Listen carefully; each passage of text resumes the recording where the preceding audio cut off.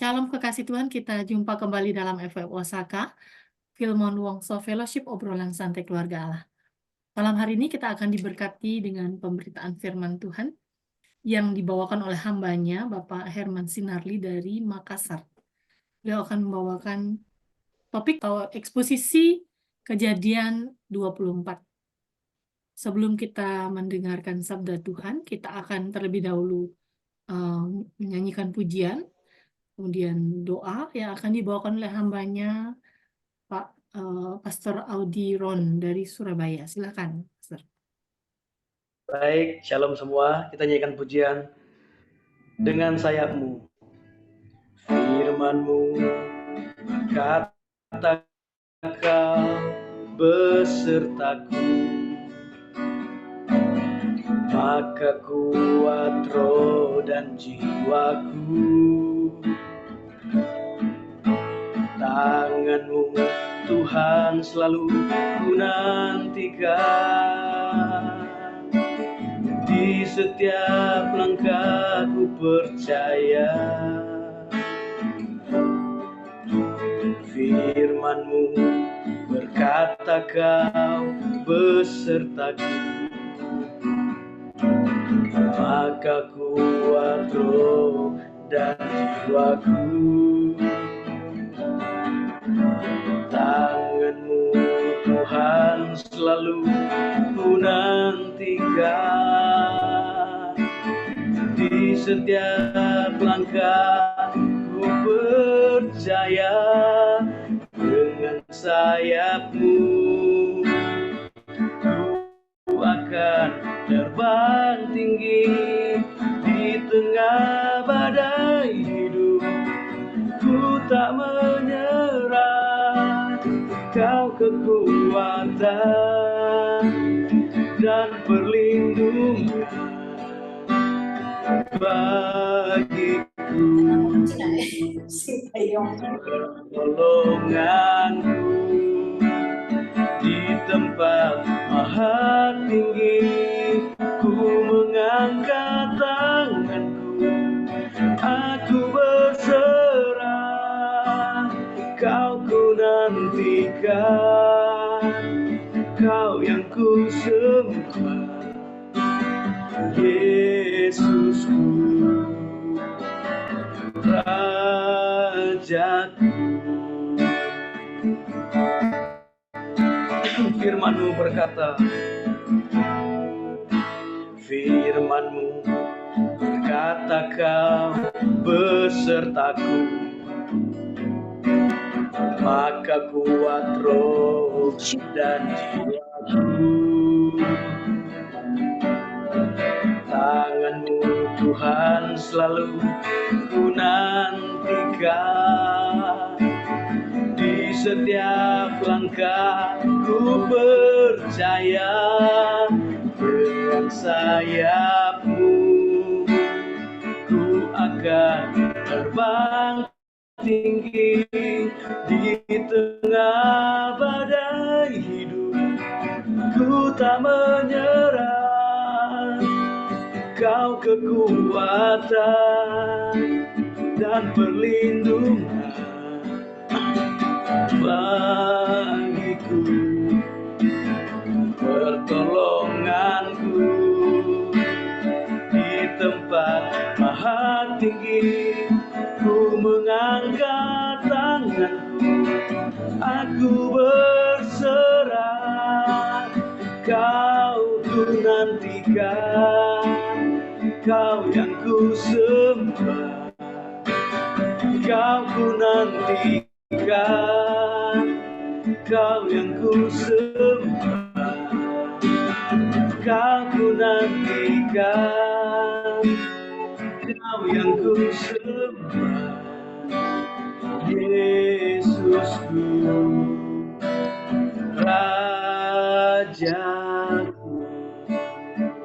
Amin Tuhan. Bapa di sorga, malam ini Tuhan kami datang kepadamu. Terima kasih untuk penyertaan-Mu, tuntunan-Mu dalam hidup kami Tuhan. Kalau kami ada hari ini, semua karena Tuhan, semua karena penyertaan-Mu yang luar biasa bagi kami. Kami puji Engkau, kami tinggikan Engkau, Kami masyurkan Engkau Allah kami. Engkaulah pusat dari hidup kami. Tanpamu ya Tuhan, kami tidak bisa berbuat apa-apa. Terima kasih untuk kesempatan Kau beri. Kami lagi terhubung satu saudara seiman satu dengan lain di platform Zoom. Walaupun jarak memisahkan kami, namun ada kasih Kristus yang mengikat erat kami sebagai satu keluarga FWF dalam Tuhan, satu keluarga kerajaan sorga. Terima kasih. Engkau memberkati pemberitaan firman-Mu. Mari Roh Kudus Engkau urapi kami, membuka mata hati kami untuk kami mengerti perkara-perkara ilahi, dan kami percaya lewat firman-Mu kami dikuatkan, lewat firman-Mu kami ditegur, dan lewat firman-Mu kami dibawa menjadi sama seperti Kristus. Terima kasih Tuhan. Berkati Pak Herman yang akan membawa kami, menuntun kami, Engkau sertai pemberitaan firman-Mu. Kami mencintai, mengasihi firman-Mu Bapa. Kami berdoa dalam nama Tuhan Yesus. Kami mengucap syukur, kami mau dengar firman-Mu. Haleluya. Amin. Silakan Bu Ayu. Amin. Silakan Pak Herman. Ya, makasih. Terima kasih doanya Pak Odi.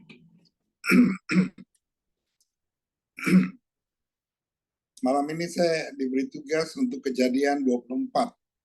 Ini kitab Kejadian 24 ini punya ayat yang cukup panjang ya, ayat 1 sampai 67. Jadi saya kira-kira membaginya menjadi tiga bagian. Yang pertama adalah tentang Abraham, yang kedua adalah tentang hamba Abraham, dan yang bagian ketiga adalah jawaban doa.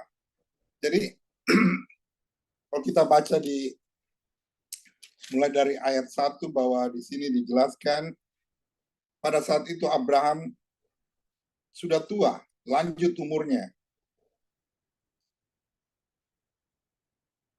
Jadi kalau kita lihat sudah tua ini, kita baca di Kejadian 25 ayat 20, kita tahu bahwa usia Ishak pada waktu menikah adalah 40 tahun. Dan itu berarti bahwa Abraham pada saat ayat ini adalah 140 tahun. Dan dikatakan bahwa dia diberkati dalam segala hal. Nah, ada satu catatan yang saya dapat bahwa arti dari segala hal ini sebenarnya kurang tepat. Karena dalam bahasa Inggrisnya adalah in every way, harusnya adalah dengan segala cara. Jadi Tuhan memberkati dia dengan segala cara. Jadi memang Tuhan punya banyak cara. Bahkan yang tidak kita duga, dia memberkati kita dari jalan-jalan yang kita tidak duga. Nah, kemudian di ayat 2 sampai 4 di situ Abraham ini dia mengutus hambanya untuk mencari istri bagi Ishak. Nah, hamba ini kemungkinan sekali namanya adalah Eliezer. Karena kalau saya baca dalam Kejadian 15 ayat 2 sampai 3 itu kata Abraham menjawab, "Ya Tuhan Allah, apakah yang akan Engkau berikan padaku? Karena aku akan meninggal dengan tidak mempunyai anak. Dan yang akan mewarisi rumahku ia adalah Eliezer orang Damsik itu." Jadi kemungkinan Eliezer lah yang disuruh oleh Abraham untuk mencari istri bagi Ishak. Nah, kalau kita lihat waktu Tuhan sebelum lahirnya Ishak, Tuhan mengatakan kepada Abraham bahwa engkau akan menjadi suatu bangsa yang besar. Tetapi lama baru dia memperoleh Ishak. Nah, sekarang Ishak sudah umur 40. Bagaimanakah janji Tuhan itu dapat digenapi? Yaitu menjadi bangsa yang besar. Nah, Abraham dia berpikir mungkin dia harus melakukan satu langkah untuk menggenapi rencana Allah. Karena rencana Allah adalah keturunan Ishak akan menjadi bangsa yang besar. Jadi tidak mungkin terlaksana kalau Ishak tidak menikah.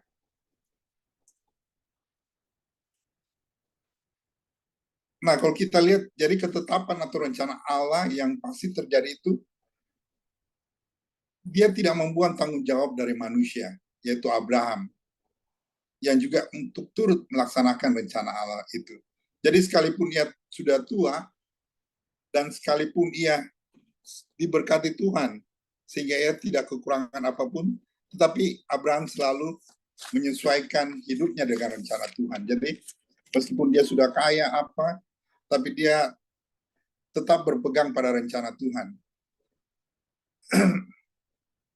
Nah, kadang-kadang kita melihat ada orang di masa mudanya, dia berusaha melaksanakan kehendak Tuhan.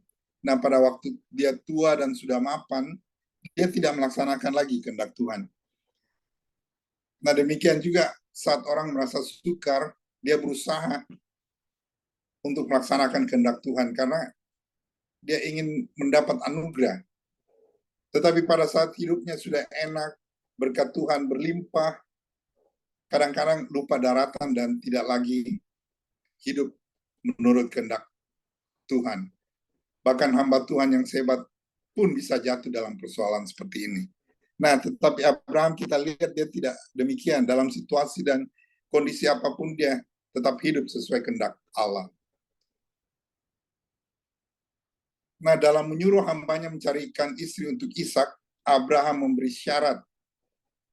Itu kita baca di ayat 3, supaya aku mengambil sumpahmu demi Tuhan Allah yang mempunyai langit dan yang punya bumi, bahwa engkau tidak akan mengambil untuk anakku seorang istri dari antara perempuan Kanaan yang diantaranya aku diam. Tetapi engkau harus pergi ke negeriku kepada sanak saudaraku untuk mengambil seorang istri bagi Ishak anakku. Jadi ada syarat yang Abraham berikan pada hambanya ini, tetapi bukan perempuan Kanaan. Abraham mau perempuan dari asal sanak saudaranya.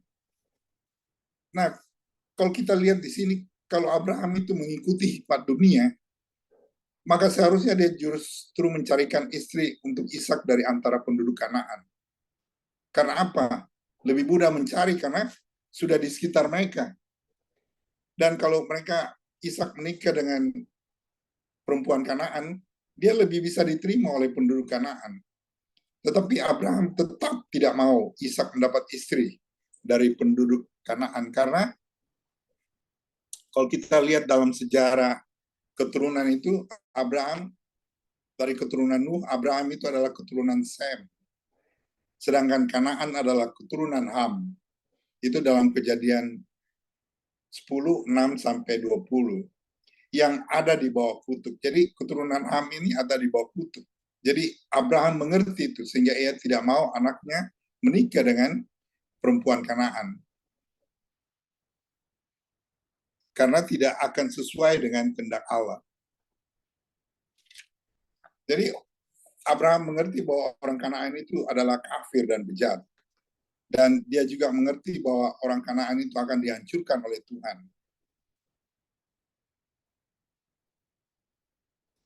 Nah, dari sini kalau kita lihat bahwa Abraham sebenarnya mau menyesuaikan hidupnya maupun hidup Ishak menjadi sesuai dengan kehendak Tuhan. Dia tidak memperdulikan hikmat dunia yang tadi kalau kita lihat bahwa dengan menikahkan Ishak dengan perempuan Kanaan, dia akan mendapat banyak keuntungan karena akan lebih diterima oleh penduduk setempat. Tetapi dia akan menjadi tidak taat pada Tuhan. Dan juga di ayat 5 sampai 6 sampai 8, di situ Abraham melarang hambanya membawa Ishak. Jadi hambanya disuruh pergi tapi Ishak tidak dibawa. Lalu berkatalah hambanya itu kepadanya, mungkin perempuan itu tidak suka mengikuti aku ke negeri ini. Haruskah aku membawa anakmu itu kembali ke negeri dari mana tuanku keluar? Jadi hambanya itu ingin Ishak ikut sama dia supaya lebih mudah dia mendapat jodoh. Karena pikirannya adalah saya ini orang asing bagi keluarga Abraham. Apakah dia mau ikut pada seorang hamba? Nah, sekalipun perempuan yang dimaksud untuk dikunjungi adalah saudara Abraham, tetapi antara Abraham dan sanak saudaranya di tanah asalnya itu boleh dikatakan tidak ada komunikasi sama sekali. Kecuali kalau kita lihat di Kejadian 22 ayat 20, di situ dikatakan bahwa Sarah, dikatakan bahwa sesudah itu Abraham mendapat kabar. Juga Milka telah melahirkan anak-anak lelaki bagi Nahor, saudaramu. Us anak sulung, dan Bus adiknya, dan Kemuel, ayah Aram. Juga Keset, Hasob, Pildas, Yildab, dan Betuel. Dan Betuel memperanakan Ribka. Kedelapan orang inilah dilahirkan Milka bagi Nahor, saudara Abraham itu. Jadi ada kabar, hanya kabar yang pernah didengar. Jadi tidak ada komunikasi lagi dengan saudara-saudaranya yang di tanah leluhurnya. Jadi usul untuk membawa Ishak kembali ke tanah asal Abraham juga adalah sesuatu yang logis sebenarnya yang dipikirkan oleh hamba itu, agar perjalanannya menjadi lebih mudah, mendapatkan seorang perempuan kalau calon mempelai laki-lakinya itu ikut. Tetapi Abraham menolak mentah-mentah rencana hambanya itu. Kita bisa baca pada ayat 6 dan sampai 8. Tetapi Abraham berkata kepadanya, awas, jangan kau bawa anakku itu kembali ke sana.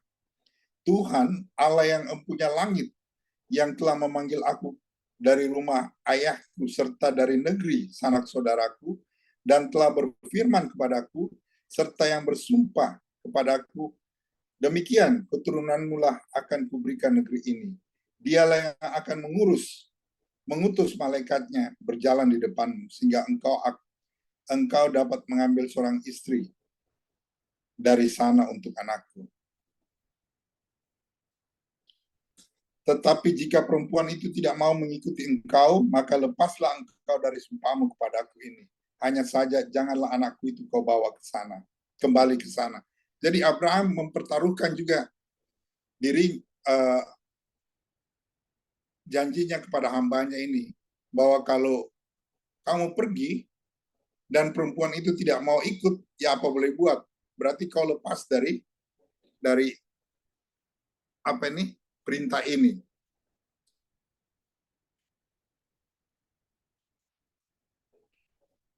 Nah, di sini saya lihat juga ada beberapa pelajaran dari sini, bahwa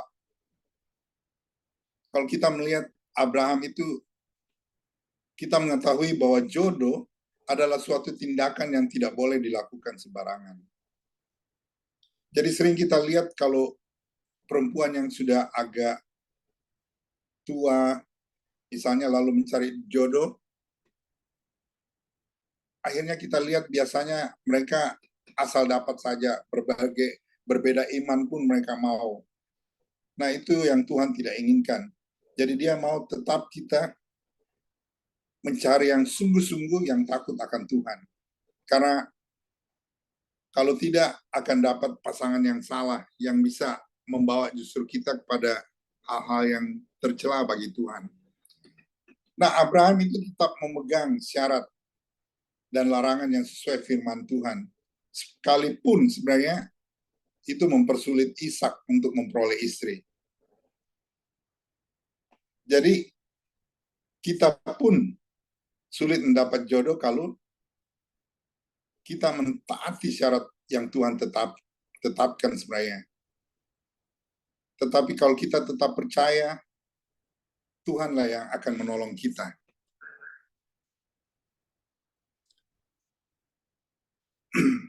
Untuk mendapat jodoh yang sesuai dengan yang kita inginkan. Nah, saya ingin bagian kedua saya akan membahas bagian kedua yang tadi saya katakan, bahwa tentang hamba Abraham. Jadi kalau kita lihat di pasal 24 ayat 10, kemudian hamba itu mengambil 10 ekor dari unta tuannya dan pergi dengan membawa berbagai-bagai barang berharga kepunyaan tuannya. Demikianlah ia berangkat menuju Aram Mesopotamia ke kota Nahor. Jadi ini dianggap penting. Kalau ia tidak bisa menunjukkan bahwa Abraham itu orang kaya, Jadi dia ini membawa harta yang agak banyak.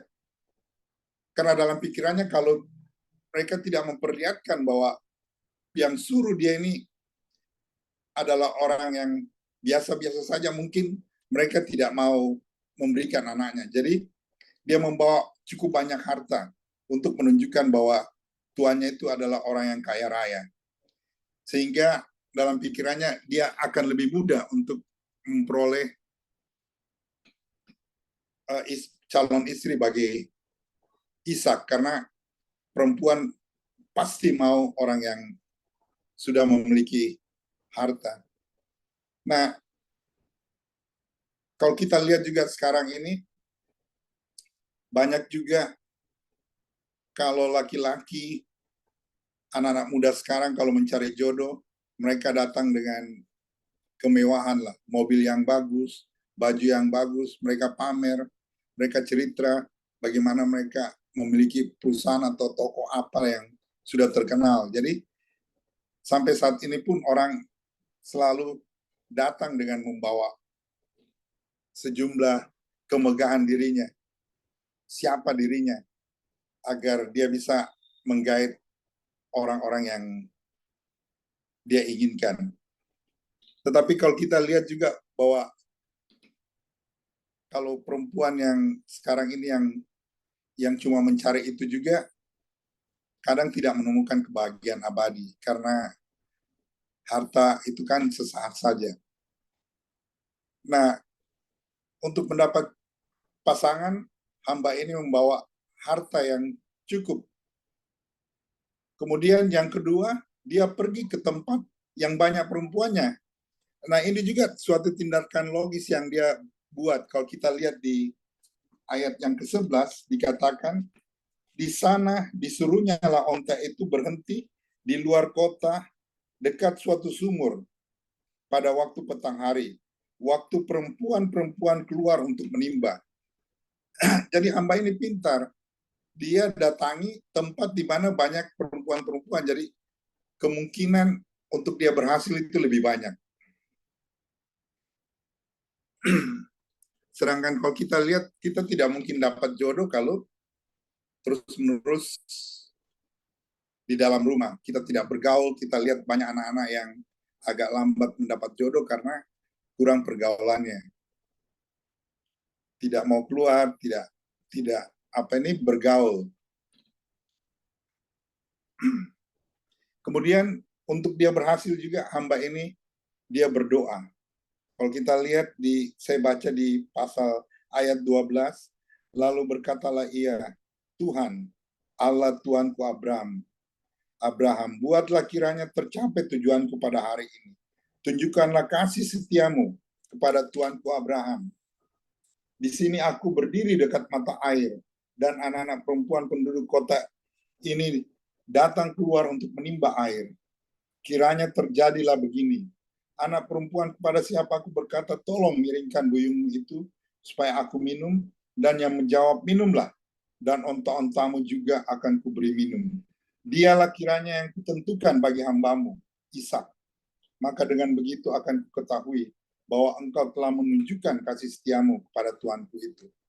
Jadi dia juga berdoa. Jadi tadi dia membawa harta yang cukup, dia pergi ke tempat banyak perempuan, dan dia berdoa memohon pertolongan Tuhan. Kadang-kadang kita juga, kalau kita punya beban yang berat, kita ditekan untuk melakukan sesuatu yang kita berpikir ini di luar kemampuan kita, atau kita menghadapi masalah yang seakan-akan di luar kemampuan kita, kita akan membawanya dalam doa. Seperti hamba ini, bahwa ia sangat terbeban karena tugasnya. Kita lihat di bebannya itu, saya akan baca di ayat yang ke-33. Saking beratnya bebannya, dia menolak untuk makan sebelum ia membicarakan lamarannya. Dan dia mau makan setelah semua urusannya beres. Padahal tradisi waktu itu adalah makan dulu, baru membicarakan persoalan. Tapi karena beban berat, dia menolak untuk makan, dan dia lebih memilih untuk berbicara dulu dengan saudaranya.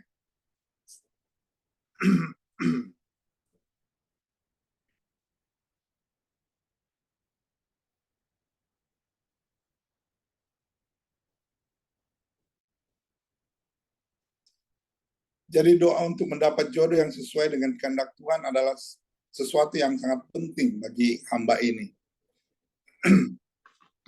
Nah, bukan hanya hamba ini yang berdoa untuk hal itu, tetapi Ishak pun berdoa untuk hal itu.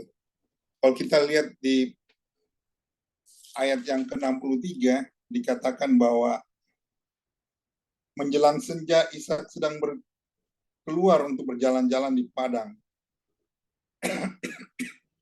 Ia melayangkan pandangnya, maka dilihatnya ada onta-onta yang datang. Jadi berjalan-jalan di padang ini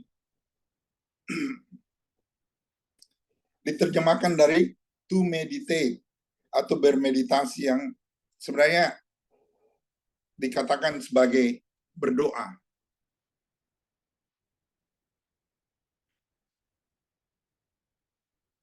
Nah, dalam doanya itu dia meminta supaya Tuhan memberi tanda sebagai berikut. Biarlah gadis yang Tuhan kehendaki untuk menjadi jodoh Ishak mau memberi minum onta-ontanya, sekalipun ia hanya minta minum untuk dirinya sendiri. Jadi hamba ini menunjukkan kepercayaannya bahwa segala sesuatu, termasuk gadis yang akan dia temui itu, ada dalam tangan Tuhan. Jadi Tuhan bisa mengarahkan seluruh keinginannya. Meskipun dalam permintaan tanda ini sebelumnya terselip persyaratan tertentu tentang gadis itu. Karena kalau kita tahu bahwa gadis yang mau memberi minum onta-onta, pastilah orang yang ramah, baik hati, dan suka menolong. Serta orang yang rajin dan dia sehat secara jasmani. Ingat bahwa kalau kita tahu bahwa onta itu adalah binatang padang pasir, sebenarnya dia tahan akan haus karena ia mempunyai tangki air. Tetapi ini juga menyebabkan kalau onta itu mendapat kesempatan minum, dia akan minum banyak sekali, sekaligus mengisi tangki airnya. Nah, kalau kita tahu bahwa Abraham itu membawa 10 ekor onta.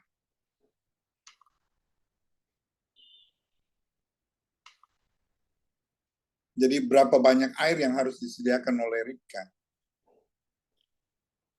Kalau gadis itu bukan orang yang rajin bekerja, pasti ia tidak akan mau lagi memberi minum onta-onta itu. Dan kalau dia bukan gadis yang sehat, dia tidak akan kuat memberi minum onta-onta itu. Nah, dia juga harus rendah hati. Kalau dia bukan gadis yang rendah hati, pasti ia tidak akan mau melakukan pelayanan yang rendah seperti itu untuk seorang asing baginya. Jadi memang Tuhan sudah membawakan seorang gadis yang sesuai dengan apa yang didoakan oleh hamba ini. Nah, saya melanjut pada bagian yang ketiga, yaitu jawaban doa. Jadi tanda yang dia minta terjadi dengan tepat. Itu kita lihat pada 24 ayat 15 sampai 22.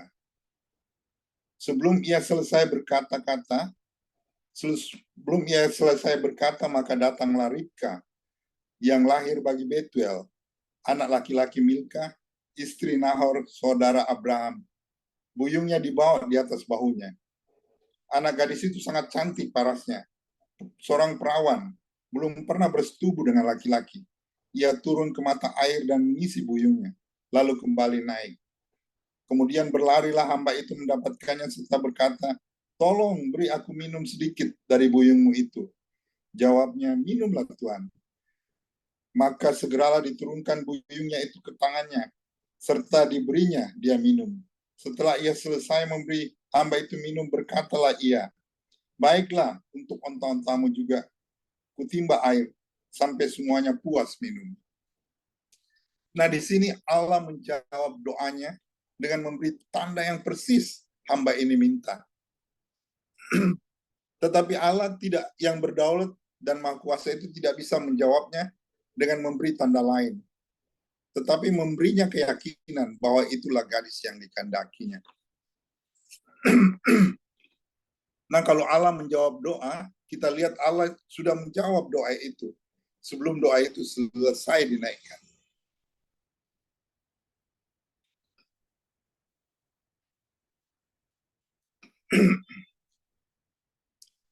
Nah, kita lihat bahwa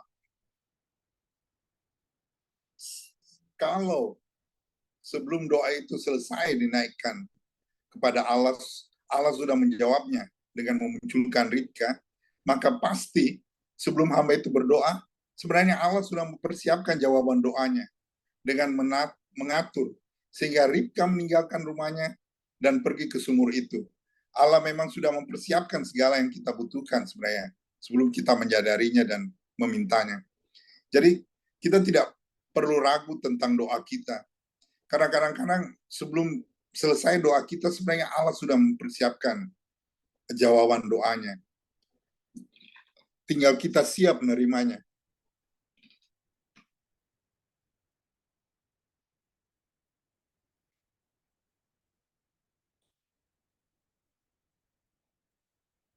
Jadi sebelum Abraham juga memikirkan untuk mencari jodoh untuk Ishak, Allah sebenarnya sudah terlebih dahulu mempersiapkan Ribka sebagai jodoh bagi Ishak. Seperti yang tadi kita baca di ayat 22, ayat yang ke-23, dan Betuel memperanakan Ribka. Jadi Allah juga mempersiapkan Ribka untuk lahir di keluarga Abraham. Sebenarnya mempersiapkannya untuk bertemu dengan Ishak di kemudian hari. Ya, kemudian di ayat 24 kita baca bagaimana lalu jawabnya kepadanya, ayahku Betuel anak Milka yang melahirkannya bagi Nahor. Jadi dia memberitahu, jadi Ribka memberitahu asal usulnya kepada hamba Abraham ini.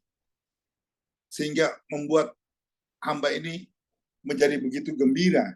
Ternyata Ribka memang termasuk sanak saudara Abraham, seperti yang diinginkan Abraham. Dan Ribka juga bukan dari gundik Nahor, tetapi dari istri Nahor. Jadi silsilah Ribka inilah yang membuat hamba ini menjadi yakin sekali bahwa Ribka adalah gadis yang Tuhan kehendaki untuk menjadi istri Ishak. Karena itulah ia menyembah dan bersyukur pada Tuhan. Kita baca pada ayat 26 sampai 27, lalu berlututlah orang itu dan sujud menyembah Tuhan serta berkata, terpujilah Tuhan Allah Tuanku Abraham yang tidak menarik kembali kasihnya dan setianya dari Tuanku itu, dan Tuhan telah menuntun aku di jalan ke rumah saudara-saudara Tuanku itu. Jadi sungguh-sungguh Allah sendiri yang menuntun hamba ini untuk bertemu sesuai dengan apa yang diinginkan Abraham. Kalau kita lihat di waktu-waktu sekarang ini ada banyak sebenarnya orang Kristen yang hanya kita, termasuk saya, hanya pandai untuk meminta kepada Tuhan. Tetapi waktu Tuhan mengabulkan doanya,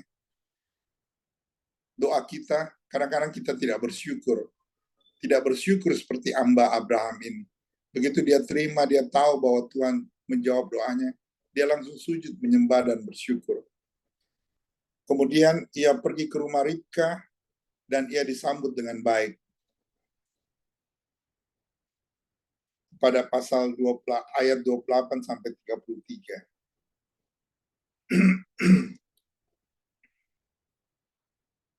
Berlarilah gadis itu pergi menceritakan kejadian itu ke rumah ibunya.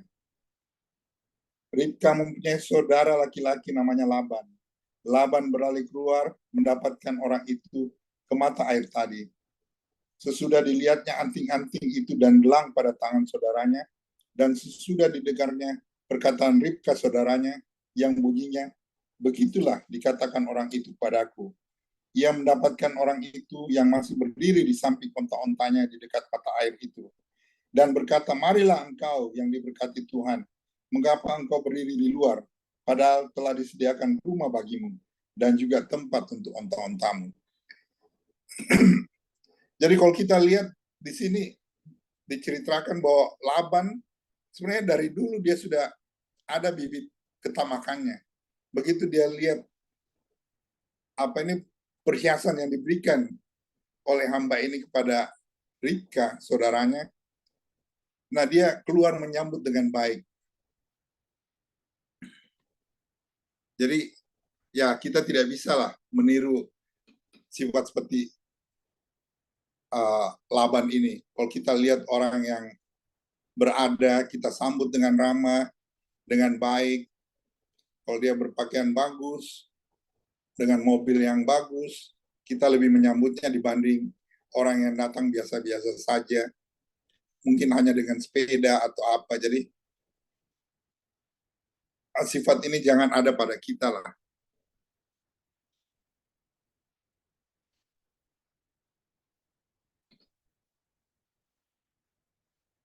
Tapi dari bagian ini juga ada yang bisa kita dapatkan, yaitu bahwa Allah juga yang Maha Kuasa itu berdaulat juga, bisa menggunakan dosa sekalipun dan menguasainya, mengatur untuk melaksanakan rencananya. Jadi Tuhan di sini memakai ketamakan Laban sehingga pernikahan Ishak dengan Ribka bisa terlaksana. Jadi kemudian hamba ini menceritakan tentang Abraham, Ishak, dan pimpinan Tuhan yang ia dapatkan.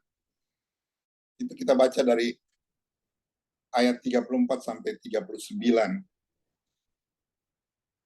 Oh, ia berkata, aku ini hamba Abraham.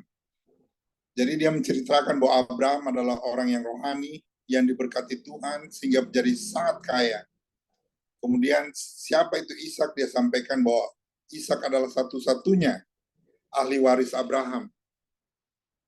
Dan karena pimpinan Tuhan lah, maka ia mendapatkan Ribka. Jadi ia menceritakan juga bagaimana sampai dia bertemu dengan Ribka. Dan dia pun segera meminta jawaban dari lamarannya. Kita baca dari ayat yang 49, jadi sekarang apabila kamu mau menunjukkan kasih dan setia kepada Tuanku itu, beritahukanlah kepadaku.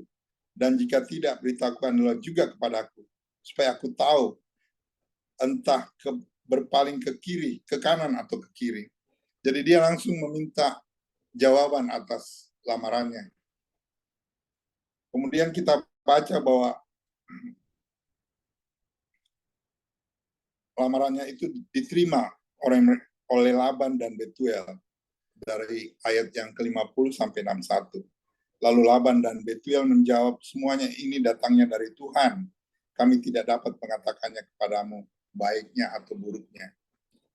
Jadi mereka akhirnya mempercayai cerita hamba itu bahwa Tuhan memang menghendaki Ribka menjadi istri Ishak. Dia katakan ayat 51, lihat Ribka ada di depanmu, bawalah dia dan pergilah, supaya ia menjadi istri anak tuanmu, seperti yang difirmankan Tuhan.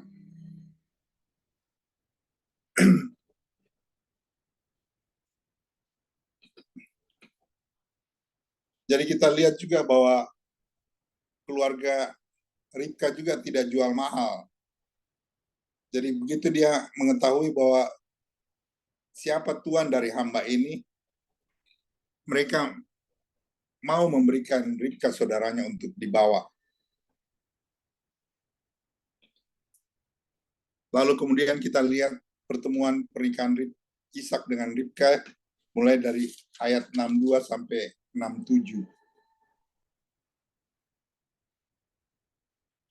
Adapun Ishak telah datang dari arah sumur Lairoi. Ia tinggal di tanah Negeb. Menjelang senja Ishak sedang keluar berjalan-jalan. Di padang ia melayangkan pandangnya. Maka dilihatnya ada unta-unta yang datang. Ribka juga melayangkan pandangnya. Dan ketika dilihatnya Ishak, turunlah ia dari ontanya. Katanya kepada hamba itu, siapakah laki-laki itu yang berjalan di padang ke arah kita? Jawab hamba itu, dialah tuanku itu. Lalu Ribka mengambil telekungnya, dan bertelekunglah ia. Kemudian hamba itu menceritakan kepada Ishak segala yang dilakukannya. Lalu Ishak membawa Ribka ke dalam kemah Sarah ibunya, dan mengambil dia menjadi istrinya. Ishak mencintainya, dan demikian ia dihiburkan setelah ayahnya meninggal. Jadi turunnya Ribka dari onta, dia mengenakan telekung atau cadar, itu menunjukkan kesopanan, jadi etika dan sikap hormat dari Ribka terhadap calon suaminya. Akhirnya diceritakan bahwa Ishak menikah dengan Ribka. Nah, saudara-saudara, teman-teman, saya ingin mengambil satu bagian lagi. Kita melihat bagaimana bagian ini ada benang merah sebenarnya, yaitu tentang sumur dan pengantin. Di masa Abraham ini, hamba itu ke sumur. Di sumur itu dia ketemu Ribka. Dan Ishak bisa menikah dengan Ribka karena di sumur. Kemudian kita melihat Yakub. Waktu Yakub membohongi Esau dan ayahnya, dia lari. Dia lari ke rumah saudara ibunya, yaitu rumah Laban. Nah, mungkin di sumur yang sama, si Yakub itu bertemu dengan Sarah, ya, dengan Rahel. Nah, di sumur itu juga terjadi perkawinan. Meskipun Laban yang tamak ini, dia memberikan syarat-syarat khusus lagi bagi Yakub. Sehingga Yakub harus tinggal 14 tahun untuk melayani Laban, untuk mendapatkan si Rahel ini.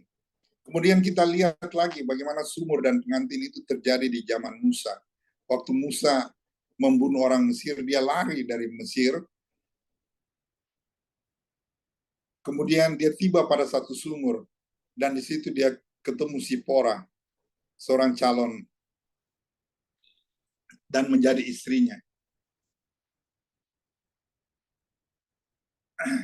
Nah, kita lihat lagi pada saat zaman Yohanes, waktu dia menulis cerita Tuhan Yesus. Yesus itu pergi ke Samaria dari Yudea. Waktu dia mau balik ke Galilea, dia lewat di Samaria. Waktu itu Samaria seperti negeri asing lah bagi mereka orang Yahudi. Kemudian dia sampai juga ada sumur. Kemudian muncul seorang wanita Samaria. Nah, kita bisa lihat bagaimana Ishak, Yakub, dan Musa ketemu jodohnya di sumur. Nah, ini pada zaman Yesus ada lagi cerita tentang sumur, tentang pengantin. Tapi ada perbedaan dalam cerita Ishak, Yakub, dan Musa. Sekarang ini terbalik. Jadi bukan wanita itu yang memberikan minum kepada Tuhan Yesus, tapi Tuhan Yesuslah yang memberikan minum. Katanya kepada wanita itu, kalau kau minum air hidup, kau akan tidak haus lagi. Jadi justru Yesuslah yang memberi minum. Wanita itu sebenarnya sempat bicara dengan Yesus. Meskipun Yesus itu orang Yahudi, dan orang Yahudi dengan orang Samaria waktu itu tidak saling ngobrol. Nah, kalau kita lihat di sini, kita bisa merasakan bahwa wanita ini seperti mewakili orang non-Yahudi, yaitu seperti kita sekarang ini, yaitu bangsa-bangsa yang tidak mengenal Tuhan, di mana Tuhan Yesus mengejar kita, dia mencari kita akan dijadikan sebagai pengantinnya. Jadi kali ini tentang Mesias dan bangsa-bangsa orang berdosa, orang-orang non-Yahudi, yang akhirnya kita dipertunangankan dengan Kristus sendiri. Jadi ada Paulus mengatakan bahwa aku mempertunangkan kamu dengan Kristus. Dan kita tahu di Alkitab, di akhir kitab Wahyu, ada disebutkan perkawinan anak domba, di mana akhirnya Yesus menemukan pengantinnya. Nah, ada satu catatan yang saya dapat bahwa lebih amazing lagi kalau dia bilang bahwa kalau kita lihat peristiwa penyaliban waktu saat Tuhan Yesus berteriak sudah selesai atau tetelestai. Tapi tetelestai ini disebutkan itu dalam bahasa Greka. Yang kemungkinan Tuhan Yesus itu mengucapkan sesuatu dalam bahasa Aramaik karena waktu itu bahasa sehari-hari adalah dalam bahasa Aramaik. Dan di dalam bahasa Aramaik, tetelesta itu disebutkan sebagai kula. Jadi kula itu artinya sudah selesai. Tapi arti lain dari kula adalah my bride, pengantinku. Jadi pada saat di kayu salib itu Tuhan Yesus seperti happy sekali bahwa akhirnya dia menemukan kita sebagai pengantinnya. Dia sudah menyebut nama kita. Anggaplah dia bilang, Pak Anfal, kau adalah pengantinku. Dan karyanya. Nah, dia sudah mengorbankan semuanya. Darahnya tercurah dan dia sudah mendapatkan pengantinnya.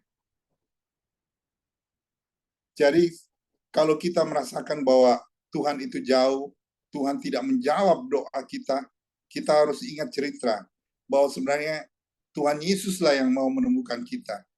Lebih dari kita mau menemukan dia. Karena kalau dia menemukan kita, dia bergembira sekali. Karena dikatakan bahwa satu nyawa diselamatkan akan ada sorak-sorai di sorga. Jadi dia happy karena kita, dia senang karena dia menemukan kita. Dia tidak akan sebal dengan kegagalan kita. Dia tidak sabar dengan pertemuan kita yang kurang cepat. Atau kita kok banyak tidak berubah. Tapi Tuhan itu happy dengan pengantinnya. Karena kita adalah pengantinnya yang sangat disayangkan. Sangat disayang oleh dia. Nah, jadi kita tidak boleh patah semangat. Kita harus ingat bahwa kita adalah pengantin dari Tuhan Yesus. Bahwa kita ada di dalam Kristus dan Kristus ada di dalam kita. Kita ada di dalam dia dan dia ada di dalam kita. Amin. Demikian Ibu Ayu, terima kasih. Lebih kurangnya saya serahkan kembali ke Ibu Ayu. Terima kasih, Bu. Amin. Thank you. Tuhan Yesus memberkati.